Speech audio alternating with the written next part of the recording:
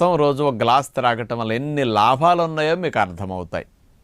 దానిమ్మలో ఉన్న కెమికల్స్ రెండు ముఖ్యంగా ప్యూనిక్ యాసిడ్, ప్యూనికొలాజిన్స్ అనే రెండు కెమికల్స్ దానిమ్మలో ఉంటాయటండి.